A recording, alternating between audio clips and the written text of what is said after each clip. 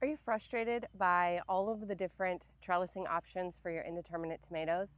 I know when I first got started, I just wanted something easy and simple, just a simple way to trellis my tomatoes. And as I began to do my research, I quickly got overwhelmed because there are a lot of different options, from string trellises to Florida weave to all these complicated do-it-yourself tutorials. And for me, I found this was just a lot to sort through. But after a few seasons of trial and error, I found 3 very simple DIY trellis options for your indeterminate tomatoes, and I want to share those with you today. All 3 of these options are super budget friendly. They don't require a lot of tools or do-it-yourself knowledge and know-how. Even the most novice beginner can put these together. I'm going to share each one of these options with you today, their benefits as well as some of their drawbacks, and when and how you can use them in your garden for your indeterminate tomatoes. So let's dive into it. The first option is one I use for several seasons in my North Carolina garden, and I really love this method of trellising tomatoes. What it is it's an 8-foot post. I used a wooden post, and you do a single stem pruning for your indeterminate tomatoes. This only works for indeterminate tomatoes. It works best for your large slicers and your beefsteak varieties. And what you're gonna do is take a wooden post, 8-foot post, and bury it into the ground. I used a post hole digger to do this. I didn't cement it in or concrete it in, although this would make it a lot more sturdy and that structure a lot more stable. But what I found was using a post hole digger and digging my post about 18 inches into the ground worked just fine for me. From that point, I just trellis my tomatoes up the stake through the entire season. And with this method, what you're gonna need to do is train each plant to grow just one main stem. Now, your indeterminate tomatoes can get really wild. They will shoot out multiple suckers, and if you allow those suckers to grow, they can actually produce entire tomato plants. But with this method, we're going to remove all of those suckers, and we're just going to allow the plant to concentrate all of its growing energy on that one main stem.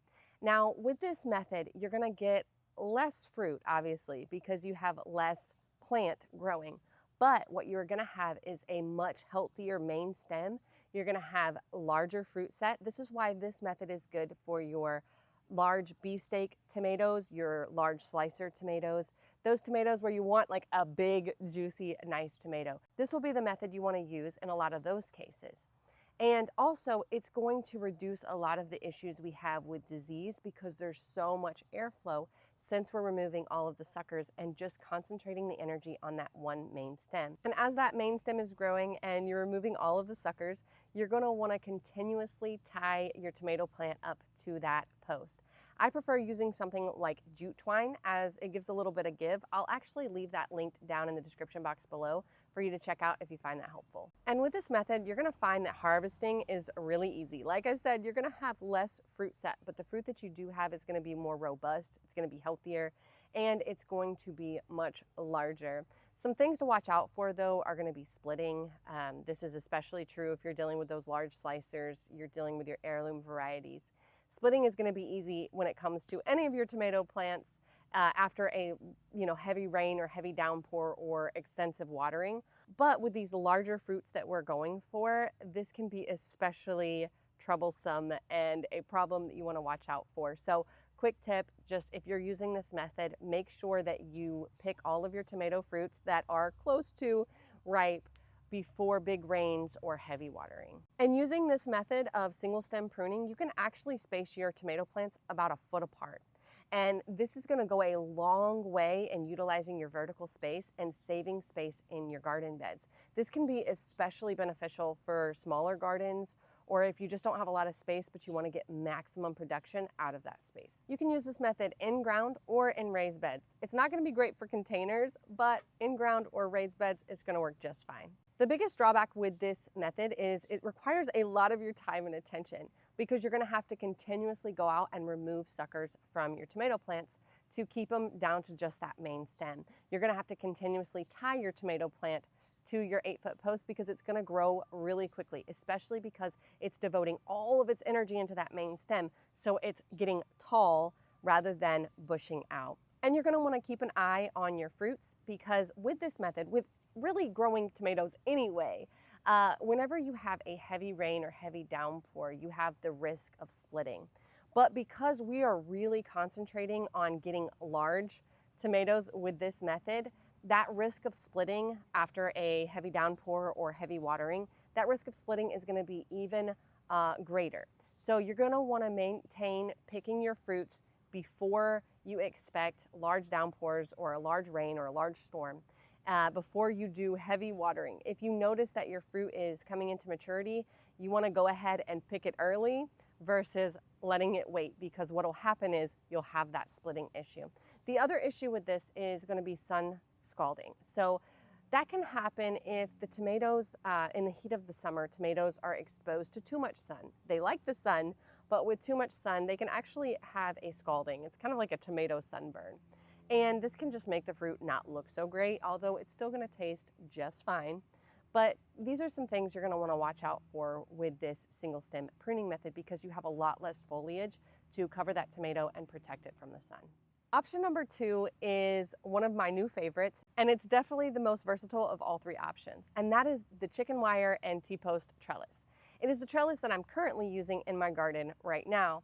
And while this trellising option is amazing and wonderful and great for your indeterminate tomatoes, it's also incredibly versatile in that you can grow cucumbers up it, you can grow loofah up it, you can grow, I'm growing Armenian cucumbers on it right now. There are a lot of different things you could use this for, even your pole beans. As we come into the later part of the season, I have some pole beans that are getting trained up this trellis right now, and they'll take over where my tomatoes die out from. And this trellising option is incredibly budget friendly, and it's really easy to set up. I set up each one of my trellises in about 15 minutes, and it cost me less than $25. I have 3 of them up. I'm using beds that are 4 feet wide by 8 feet long. I took 3 T-posts and spaced them out along the 8-foot length of the bed, drove them into the ground, and then from there I added the chicken wire around the T-post. I used some zip ties to secure everything, and just like that I had a whole support wall. So you're going to want to take off those lower leaves and maybe do some pruning as you see leaves dying off or disease beginning to set in. But really that's all the pruning you have to do with this method, and then you're just going to use your jute twine or whatever garden ties you have to secure your indeterminate tomatoes to your trellis system.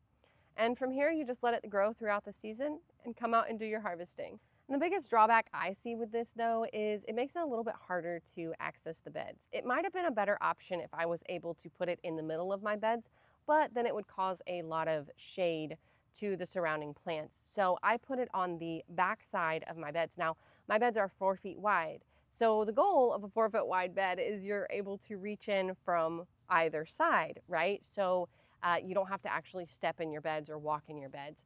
With this method, because I have it on that back wall, it makes it a little bit harder to reach in to the beds. And what I have to do is sometimes reach underneath the trellis, or in those hard to reach spots, I actually find that I have to kind of like lean my entire self over the bed to access those spots near the trellis. But it's a great option not only for your indeterminate tomatoes, but also all of your other vining varieties. And this third option is going to be the easiest one of all 3 to put together, and that is simply using some bamboo stakes. Now, this method is going to work really well for your smaller indeterminate variety tomatoes, like your cherry tomatoes or your maybe small slicers. It's not going to be as great for your really large beefsteak tomatoes or ones that are going to get really heavy.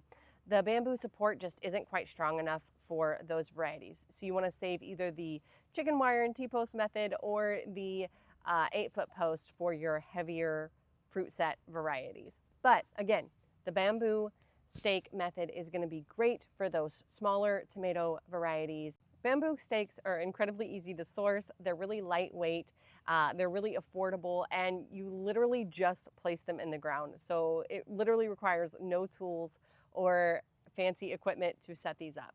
And with this method, you're going to use 2 bamboo stakes and either a wooden stake in the middle or just 3 bamboo stakes. You're going to place all 3 of those stakes into the ground next to each other and tie them up at the top using your jute twine. From here, you just tie your tomatoes up as they grow and let them grow up the bamboo stakes. Once they get to the top, then you can top them off or cut them off if your tomato plants are getting a little large. But I would suggest using at least 6-foot bamboo stakes because, again, your indeterminate tomatoes can grow for quite some time throughout the growing season, and they can get really tall. You can also prune off those lower leaves. You can prune off some of the suckers just to kind of keep the tomato growth managed. Although I will say, if you're going with cherry tomatoes, you probably don't want to prune off all of your suckers, but maybe prune off a few of your suckers here and there just to keep good airflow and prevent against disease. The really awesome thing about using bamboo stakes is they are really easy to move. So let's say you're growing in a location that's not a permanent garden, you can just pull these things right out and move them to the next location. These are also great for your containers or your grow bags. I know anytime I'm trying to grow my cherry tomatoes in grow bags, I'm going to use bamboo stakes to provide them with support. It's just the easiest method. And at the end of the season, I can remove them out of that grow bag and place them somewhere else come the following season. So if you're gardening on a balcony, or maybe you just want to set up some grow bags and grow your tomatoes that way, this is a really great option for how to trellis them in those containers. Keep in mind that your bamboo stakes are not going to be as great for your heavy fruit setters, like we said already. So definitely reserve this method for those cherries and those small slicers. Because this is a little bit more compact and things are a bit tighter, there can be some reduced airflow with this method. So definitely keep an eye, especially on those lower leaves, and prune as needed just to increase that airflow and prevent against disease. And like I said earlier, I prefer using jute twine to tie up my tomatoes. And the reason why is, one, it's good for my tomato plants. It has some give, but it also has the strength to hold them and provide a lot of support. It's incredibly cheap, easy to source. I get mine off Amazon, and it's also biodegradable, which is really cool. So jute twine will actually break down in your soil over time. So it's not something you have to worry about cleaning up at the end of the season. I'm going to leave a link to the jute twine, the bamboo stakes, and maybe some of my other favorite gardening products down below for you to check out. Again, like always, these are affiliate links, so I do earn a small commission if you purchase through them at no additional cost to you.